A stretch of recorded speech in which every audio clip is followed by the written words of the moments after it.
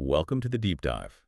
If you woke up this morning, November 4th, 2025, and looked at your portfolio, well, this hasn't exactly been a gentle correction. No, not at all. It's felt more like a real market stress test, a pretty intense one. Right. We are definitely wading through the immediate fallout. It's been a really brutal 48 hours, it seems, where all that macro dread met some serious micro-market chaos. Yeah, and the volatility, it's not just crypto, it's really systemic.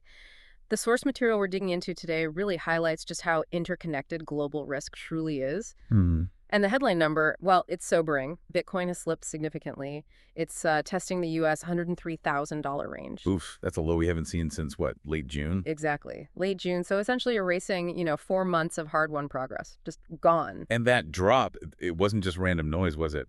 Our mission today is really to cut through the immediate fear, the derivatives chaos, and to find the exact forces, the interlocking ones that caused this slide. Yeah, we need to map it out. We have to map the external macro pressures, look at the mechanical market failure points, and, maybe most interestingly, dig into these surprising capital flows that seem to be, well, defying the bearish trend. Indeed. And our sources, they paint a picture of market stress driven by really a trifecta of things. Okay. You've got this record-tying U.S. government shutdown and over $1 billion in forced liquidations across exchanges, and this critical regulatory case against a high-profile privacy wallet that signals a major, major legal shift. Okay, that's already a lot.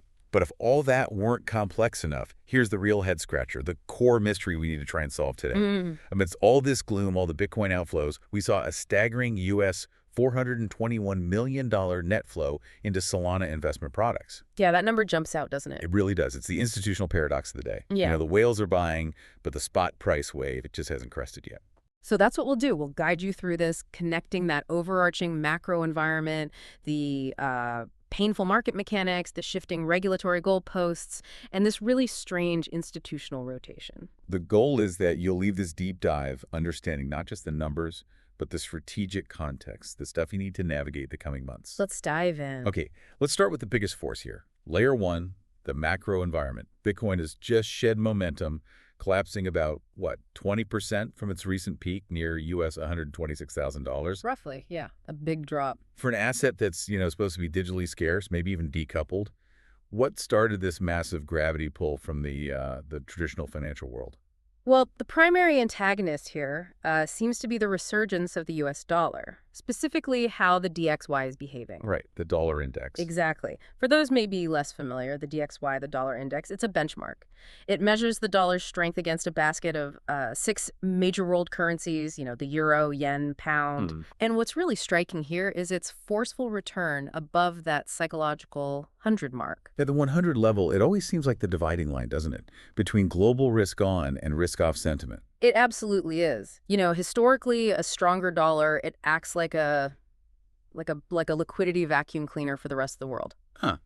Good analogy. Yeah, when the DXY is rising, it means investors globally are selling their local currencies. They're selling riskier assets to hold U.S. dollars, the world's reserve currency. And that's often driven by, expectations of higher rates or maybe geopolitical instability. And this isn't just crypto feeling the heat then? Oh, not at all. It pressures tech stocks, emerging market assets, really anything considered highly speculative. The correlation is inverse, and it's incredibly loud right now. So strong dollar means the cost of risk is just higher everywhere else. Okay. But the political chaos stateside, that must be amplifying this, right? The U.S. government shutdown has now hit a pretty infamous milestone. Record-tying, I read. It has. It's a really significant moment of instability. The budget impasse, it's officially hit 35 days, which means, yes, it ties the historical duration record set back in late 2018, early 2019. Wow. And in the short term, that means what? Delayed economic data, government functions grinding to a halt? Precisely. Delayed data equals market uncertainty, which, as we know, is just kryptonite for risk assets. But when a shutdown drags on this long, what does the market start thinking? Does it start pricing in, default risk? Or is it just prolonged political dysfunction? It's primarily the latter, the dysfunction, but the implications are still far-reaching. The market starts pricing in this prolonged political struggle, potential long-term damage to the nation's fiscal forecasting, its credibility. Yeah. And institutional players, the big money, they operate on certainty, or at least predictable uncertainty. They interpret this as a major political risk factor. So when the noise gets this loud, this long, it forces a sharp reduction in the appetite for speculative or volatile assets, especially those sensitive to global liquidity shifts, like crypto.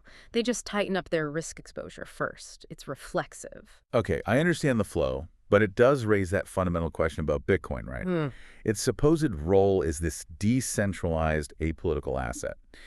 If the whole point is to be outside government control, why does U.S. political noise immediately affect its price so aggressively? Yeah, that's the critical tension, isn't it?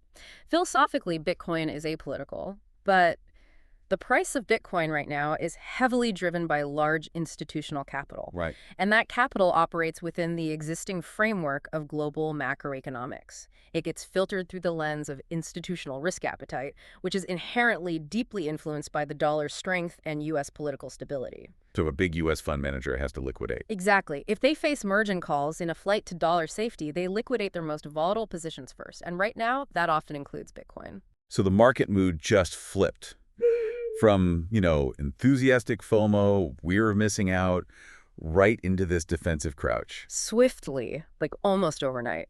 Our sources noted the mood changed from chasing that early October rally straight into a rush to protect the margin. Protect the margin, yeah. When the macro environment turned sour, like this, central banks tighten, political stability waivers, even the most dedicated long-term crypto holders, they have to respect the broader capital flows. It's just a powerful, non-negotiable headwind. Even the most innovative, decentralized tech has to deal with it. Okay, so that macro headwind just plowed straight into layer 2. The internal market chaos, the derivatives space. We saw that sharp, violent price drop meet an already leveraged market, and the resulting liquidation cascade, well, it was brutal for anyone leveraged up. Brutal is the right word. We are talking about a major systemic cleansing event here. In the 24 hours where it ran that steepest drop, over US $1.27 billion with a B in leveraged positions were forcibly liquidated across major derivatives exchanges. Wow, $1.25 billion. And just to be clear for listeners, that's not just people selling, that's forced closure, right? Because traders couldn't meet margin calls. Exactly. Mechanical, forced closure of contracts. Their positions were automatically closed out by the exchanges. And the directional bias that tells the story of who really took the hit here, our sources confirm what nearly 90% of those liquidated positions were longs. Stunning, isn't it? Almost 90% were longs. Traders who had bet the price would keep going up past that $126,000 peak, they got completely wiped out. The scale of this cleanup, as you called it, is just immense. And the leverage involved, it really highlights the maybe recklessness that builds up in those bullish phases. It does, and we saw some huge individual losses. The largest single loss documented in our sources was a staggering US $33.95 million Bitcoin long position, liquidated on the HTX exchange. $34 million on one position. Gone in moments. That single contract shows you the extent some participants are willing to push their risk. And not just the level of risk, but the sheer speed these cascading events unfold. Where were the main hotspots for this? Which exchanges saw the most activity? Well, the volume was heavily concentrated in the usual suspects, the major derivatives players. Interestingly, Hyperliquid, which is focused on decentralized perpetual futures, actually led the pack in total volume of liquidations. Really? Ahead of the big centralized ones? For this specific period, yes, followed closely by the centralized giants Bybit and Binance. These platforms are just the epicenters where these concentrated leveraged bets meet sharp price volatility. That leads to massive forced selling when the market turns against them. Okay, now here's my challenge to the sort of conventional wisdom. When we see a massive, painful flush like this, the common narrative is, oh, it's a necessary market detox, right? It cleanses excess risk. That's the usual take. But if open interest, the total value of all outstanding futures contracts, if that stays elevated, doesn't that suggest the system isn't actually cleaner? Aren't we just watching one set of leveraged traders get wiped out and replaced by the next batch, keeping the volatility primed? That's a really critical distinction to make, and you're right to push on it. These events do remove the most overextended players, the weakest hands. They absolutely reduce the immediate margin requirements that were straining the system. So in that sense, yes, a deleveraging occurs. What? But you are absolutely right. This is not synonymous with stability. Our sources specifically note that open interest, while it fluctuated, it hasn't dropped to levels that suggest a true systemic retreat from leverage. So new money's just jumping straight back in. It seems so. If OI stays high, it means new leverage positions are entering almost immediately, maybe trying to catch a bottom, maybe just trying to capitalize on the volatility itself. So the core risk is still there. The potential for another wave of forced selling is still very real, especially as we approach, say, new macro triggers like upcoming Fed decisions. Precisely. And this is the crucial warning for everyone listening. The market remains highly susceptible to further whipsaws, further sharp moves, until that open interest drops significantly, and maybe funding rates the cost of holding these perpetual contracts until they normalize from their recent extremes. We cannot confidently say, okay, the bottom is in. Got it. This liquidation cascade, it was really a symptom of a brittle market structure meeting that macro fear, but it hasn't necessarily cured the underlying fever. It was more like a chaotic, painful mechanism of price discovery, forcing the market to recognize the real floor after the dollar flexed its muscles. Okay, let's shift gears pretty dramatically now. From market risk to legal risk. The regulatory environment, it feels like it's been tightening relentlessly, and now we're seeing what looks like a landmark case, one that could potentially define the future of privacy software in crypto. Yeah. Samourai Wallet prosecution. Yeah, this case is definitely sending massive shockwaves through the crypto development community. It's possibly the most significant legal signal we've had this year regarding privacy tech. So who are the defendants, and what's the core charge? The defendants are the founders of Samourai Wallet, Keon Rodriguez, and William Lonergan Hill. And the key charge they're facing is conspiracy to operate an unlicensed money transmitter. Unlicensed money transmitter. Okay. And the prosecution's argument, it revolves around the wallet's coin mixing service. Exactly. They allege that this service facilitated the laundering of hundreds of millions of dollars in illicit funds. And the severity of the government's stance, well, it's evident in the sentence they're actually pushing for, Which is they're requesting the maximum 5 years for the founders, which really reflects the government's zero-tolerance policy towards tools they believe enable financial crime. And the sentencing is coming up soon. Scheduled for this week. So the outcome is going to set a critical precedent. This isn't just about these individuals. It's really about establishing the legal framework, the jurisprudence for how U.S. authorities view all crypto privacy tools mixers, certainly, but even non-custodial wallets that offer more advanced anonymity functions. Okay, so the crucial distinction they're trying to draw is that thin line between just writing open source code versus conducting unlicensed commercial activity. How does a non-custodial wallet, where the user holds their own keys, right? How does that cross the line into being a money transmitter? That seems like a stretch legally. That is the absolute crux of the legal debate. You know, traditionally, a money transmitter is someone who physically handles funds. Think Western Union. The legal challenge here is applying these decades-old financial crime laws to non-custodial software, where the code executes the transmission, not a central entity. Right. Samourai offered features like CoinJoin, which technically is perfectly legitimate for individuals just seeking privacy. But the prosecution is focusing heavily on the developer's intent and, crucially, their promotional materials. So how they marketed it. Yes. Arguing they explicitly invited and catered to individuals who were laundering funds. The core argument is that they benefited commercially from facilitating this activity, even if they never actually held the user's keys. The enforcement message, then, sounds incredibly clear and firm. It's unequivocal. For developers listening, the implicit demand now is something called compliance by design. Compliance by design, what does that mean in practice? It's a monumental shift from the early crypto ethos of, code is law. It means building mechanisms into the protocol itself that either severely limit or perhaps automatically flag potential illicit use before the software is ever deployed commercially. Wow. That sounds almost impossible for an open source, trust-minimized project. What kind of mechanisms are we talking about? Does this mean like embedding KYC protocols into decentralized mixers? Or transaction monitoring that reports back to central authorities? Well, that's the fear, isn't it? And that's where the chilling effect on innovation really lies. Compliance by design might mandate things like limiting transaction sizes in ways that discourage large-scale laundering. Yeah. Or maybe implementing geographic restrictions based on IP addresses, or even building in transparent audit trails for regulatory bodies. Even if the assets themselves are non-custodial? Potentially, yes. It essentially forces developers to internalize the risk models of major financial institutions, even while their software is trying to decentralize finance. If the outcome of this samurai sentence is severe, it will establish a very, very difficult legal boundary for any future privacy-focused project to navigate. It feels like it forces developers to become proactive regulatory gatekeepers for their own code, which kind of threatens the very user's sovereignty and privacy that many of these decentralized applications promise in the first place. Exactly. The case effectively draws a line in the sand. You can write the code, sure, but if you profit from its use in a way that facilitates financial crime, you might be held liable as if you were a centralized financial institution.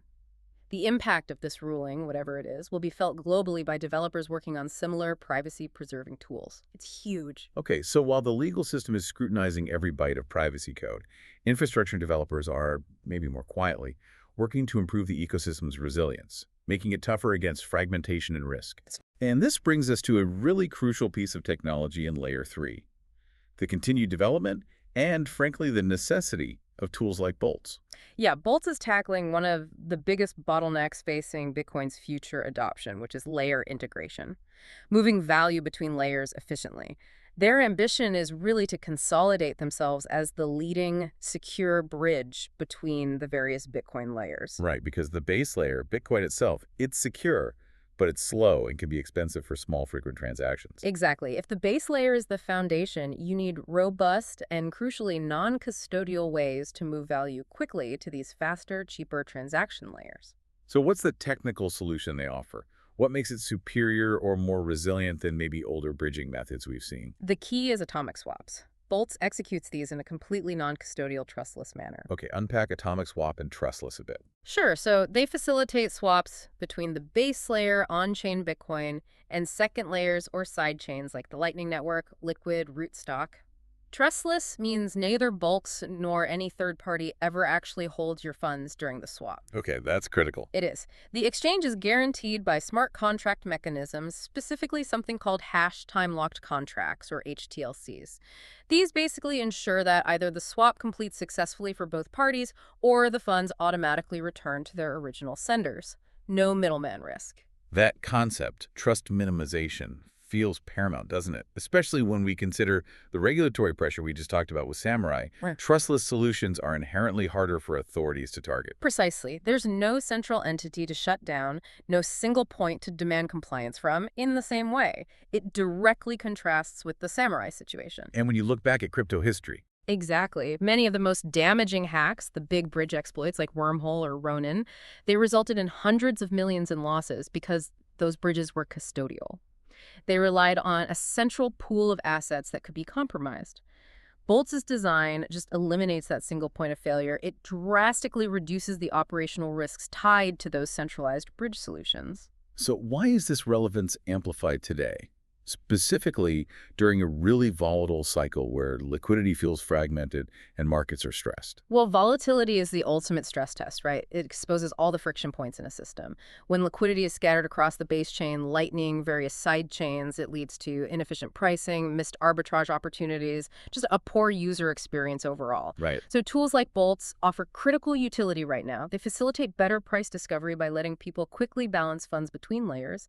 They help ensure fluid, instant payments on Lightning remain reliable even if the base layer gets congested. And maybe most importantly, they let users and services non-custodially onboard and offboard large amounts of liquidity. So it's not just about scaling transactions then, it's about market efficiency and capital security too. It's absolutely about both. And it's important to note, Boltz isn't new. They've been operating since 2019, constantly improving their efficiency and speed. Ah, okay. So this isn't a sudden reaction to the market dip. Not at all. It's an evolution. It underscores just how necessary this kind of robust interlayer efficiency is for the future adoption of Bitcoin. Without secure, non-custodial ways to move value between the slow, secure layer and the fast payment layers, Bitcoin can't really achieve mass adoption without forcing people to rely on centralized, potentially risky custodians. So Boltz and similar projects are like the essential plumbing. Exactly. Making the ecosystem resilient against both market volatility and potential regulatory overreach. It's foundational work. All right, we've covered the macro fear, the derivatives chaos, the quiet infrastructure build-out. Now we get to maybe the biggest puzzle piece of the day, the Solana paradox. Yeah, this one's fascinating. We have this massive institutional capital flowing in, yet the spot price is just refusing to cooperate. What's going on? This is truly the most instigating scenario in our source material today because the data contrast is just so striking. Solana recorded a massive net weekly inflow US $421 million into institutional investment products. And that's things like ETFs, ETNs. Exactly. ETFs, ETNs, segregated funds, these are the vehicles institutions use. And $421 million is significant. It actually makes Solana products the recipient of the largest inflow among all crypto assets this past week. Which is incredible when you contrast it with Bitcoin, right? The counter narrative couldn't be stronger there. Exactly. Bitcoin products saw nearly US $946 million in outflows during that same period. That's almost $1 billion leaving Bitcoin products. It's a monumental rotation. Hmm. It really suggests institutions are taking profits in BTC, maybe rotating, and actively diversifying into the Solana narrative. That's the logical conclusion from the flow data. Yet, despite being the institutional darling of the week, the SOL spot price barely budged. It held steady, more or less, but it completely failed to generate that upward momentum you'd normally expect from such heavy buying pressure. And the technicals weren't helping either. Not at all. When we look at the technical indicators for SOL, they were actually pointing to weakness. Things like the exponential moving averages, the EMAs, they were generally trading above the current price that's usually short-term bearish. The RSI, the relative strength index, it was near oversold levels. And the Chaikin money flow, the CMF, which tracks buying and selling pressure weighted by volume, that was negative. Okay, so the fundamental question is, how do we explain this really profound divergence? Why the huge inflow but no price pop? Is it possible that $421 million figure is somehow misleading? Maybe it's just speculative short-term hedges against the BTC outflows, not real conviction in SOL. How do we explain this whale without a wave? Yeah, that's exactly the question. And it requires breaking down the actual mechanics of how institutional capital enters the market. It's likely a combination of factors, probably involving the four main hypotheses our sources provide. None suggest the figure is unreliable, but rather that the impact is either delayed or diluted. Okay, let's walk through them. Hypothesis 1. The friction between the instrument versus spot market. Right, this is structural. Much of that $421 million flow is entering via these listed products, the ETFs, the ETNs, which live inside traditional financial wrappers.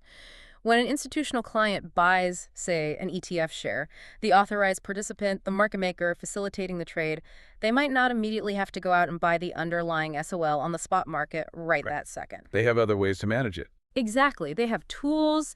They might use futures contracts to hedge their position temporarily, or they might manage the creation and redemption of the ETF shares themselves without direct spot market intervention on day one. So the cash is committed, it's in the institutional structure, but it hasn't translated into immediate concentrated demand hitting the spot order book this minute. Okay, so the cash is there, but the spot demand lags. Got it. Yeah. Hypothesis 2 relates to the rotation itself, diluted rotation. Yeah. So if capital is indeed rotating out of realized profits from Bitcoin or Ethereum, it's not necessarily all moving into a single high-impact buying strategy for Solana. It could be spread out. Right. That capital might be dispersed across the whole SOL ecosystem. Some goes into those listed products we just mentioned, sure, but maybe some goes into option strategies, maybe some goes directly into various DeFi protocols built on Solana. This dispersion just dilutes the force of the capital. It prevents a single concentrated price pump on the main spot market order books. Diversified inflow has less immediate punch than one big whale buyer hitting market buy. Makes sense.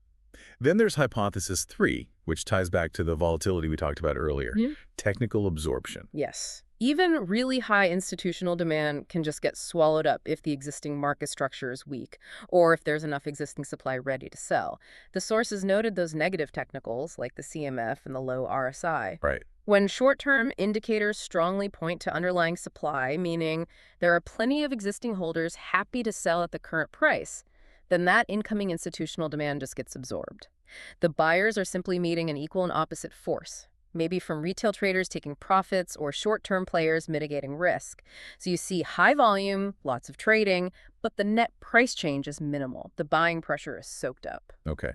And finally, the crucial link to the blockchain itself, the on-chain lag hypothesis. How does this big institutional flow relate to what we actually see happening on the Solana chain? And our sources noted a divergence here too, which is really interesting. Solana's total value locked the TVL, which measures the total assets committed to its DeFi apps, actually receded by about 3% in the last 24 hours. Bump down. even with $421 million coming in. Exactly. Which strongly suggests that the massive capital entering via these TradFi products, like ETFs, isn't necessarily showing up on-chain immediately as deposits into protocols or active usage. If the money stays off-chain, maybe in the custodian's vault or just within the ETF structure during initial settlement periods, it further explains why the on-chain metrics in the spot price are diverging from that big headline flow number. So the big lesson here, the one we really need to internalize, is that institutional flow, even huge flow, is not some magic wand for an instant price jump. D+1 doesn't always equal moon. Not at all. It's more like the dictator of the medium-term narrative, not the short-term price action. In the immediate time frame, technicals, volatility, market structure, those are dominant. However, persistent flows and $421 million is not just noise. It reflects real conviction somewhere. Persistent flows should eventually move the needle. Especially if other things align. Right, especially if the macro environment eases up a bit and if the underlying narrative of the SOL ecosystem itself, its DApp productivity, its revenue generation, if that strengthens. Flows like this are often a powerful leading indicator for future price realization, just not an instantaneous one. #tag conclusion synthesis. Wow. Okay, this has been an incredibly complex, multi-layered day, hasn't it? But structuring it like this, macro, micro, and tech flows, it really does make the chaos more comprehensible. Let's quickly try and synthesize how all these forces really collided today. Sounds good. So layer one, the macro, it really set the whole tone. You had the strong dollar, the U.S. government shutdown that created the flight to quality, pulled down the overall risk appetite, and pushed Bitcoin down to test that critical $103,000 zone. Okay, then layer two, the micro, that was the painful, almost mechanical reaction inside the market. Exactly. High leverage met that sudden drop in liquidity, causing that massive $1.27 billion cascade of liquidations, which just exaggerated the price move downwards, punished the leverage. Yeah, and then layer three, the tech and flows, that showed these deeper underlying institutional trends, but also the resilience being built. We saw that major rotation, the $421 million flowing into Solana products, signaling institutional diversification, maybe long-term conviction, even though the spot price lagged because of technical absorption and those other factors. Right, and concurrently, you have crucial infrastructure like Boltz quietly continuing to build that essential non-custodial resilience and interlayer efficiency for the Bitcoin ecosystem, which is vital in times like these. And running underneath all of these layers is that rising tide of regulatory scrutiny. Absolutely. The Samourai case is just an unequivocal message. The regulatory bar is rising dramatically. Compliance, like it or not, must become integral to the design of new financial software. For builders, trust minimization is still the goal, but they now have to navigate these really severe legal boundaries that potentially treat code writers like financial service providers. It's a tough spot. Yeah, it really is. So as we look forward, what are the specific actionable markers that we, the learners listening, should be watching really closely to navigate the coming weeks, to understand where the market might turn next? Okay, I think we can boil down to 6 critical things to monitor closely. All right, number one. Number one, Fed macro data. Keep that DXY, the dollar index, on high alert. Any signal from the Federal Reserve about tightening or potentially easing, that will instantly change the dollar's direction. And consequently, the direction of Bitcoin and other risk-on assets. The dollar strength is really the market's primary inhibitor right now. Okay, number two. Shutdown resolution. We're at the record duration now. If this impasse goes from tie to new isolated record and drags into next week, well, the political noise and the chance of prolonged risk-off sentiment will just increase significantly. More pressure on the system, more pressure on markets. Got it. 3. Derivatives normalization. Watch the plumbing there. Funding rates, the basis between spot and futures, and most importantly, open interest. If OI drops significantly and funding rates stabilize after this big cleanse, it suggests the market has flushed out enough excess leverage and that heavy selling pressure might finally ease up. Number 4, the Solana situation. Solana flows and technicals. Keep monitoring those institutional flows, but pay closer attention to the technicals. Look for improvements specifically, the RSI and CMF turning positive again. Persistent inflows will eventually overwhelm spot supply, but we need those technical indicators to confirm that the selling pressure has actually subsided first. Okay. Bitcoin infrastructure adoption. Track usage metrics for these trustless swap tools like Boltz and general liquidity provision between layers. Their adoption is a key indicator of the ecosystem's real ability to handle liquidity efficiently and scale securely. That's crucial in periods of fragmentation like this. And finally, number 6, back to regulation. Samurai sentence. The court's final ruling, expected this week, will establish a landmark legal precedent. It affects all privacy and mixer projects globally. It will fundamentally define what is considered legally permissible in this realm of decentralized, privacy-focused finance. Big implications. Right. So today was effectively low tide with a strong current, maybe. Mm-hmm. The market tested everyone's risk management strategies, definitely punished leverage hard, but at the same time, it absorbed deep institutional capital in some really unexpected places like Solana. Well put. For you, the learner, maybe the biggest lesson today is just the necessity of tracking all three vectors, macro, micro, and technology flows. To avoid confusing something like strong institutional conviction, like those Solana flows, with an automatic short-term price pump, it's more nuanced than that. Absolutely. Cycles come and go, but the market structure and certainly the regulatory environment, they feel like they're changing permanently. The biggest existential challenge, I think, for the next generation of builders is reconciling that user privacy promise with what seems like increasingly mandatory compliance. Which brings us perfectly to our final thought. Indeed. If the Samurai sentence does confirm that compliance by design becomes essentially mandatory for all commercial builders in the decentralized space, how might that paradoxically accelerate the adoption of genuinely non-custodial, trust-minimized solutions, things like Boltz, that authorities just cannot easily regulate or shut down in the same way? Could the stricter rules on centralized or identifiable entities actually create more demand for truly ungovernable yet efficient infrastructure? That tension between regulation and technological resilience. It really is the defining challenge of our time in this space. Definitely food for thought. Thank you for diving deep with us today. We'll be watching those 6 key indicators right alongside you. Until next time.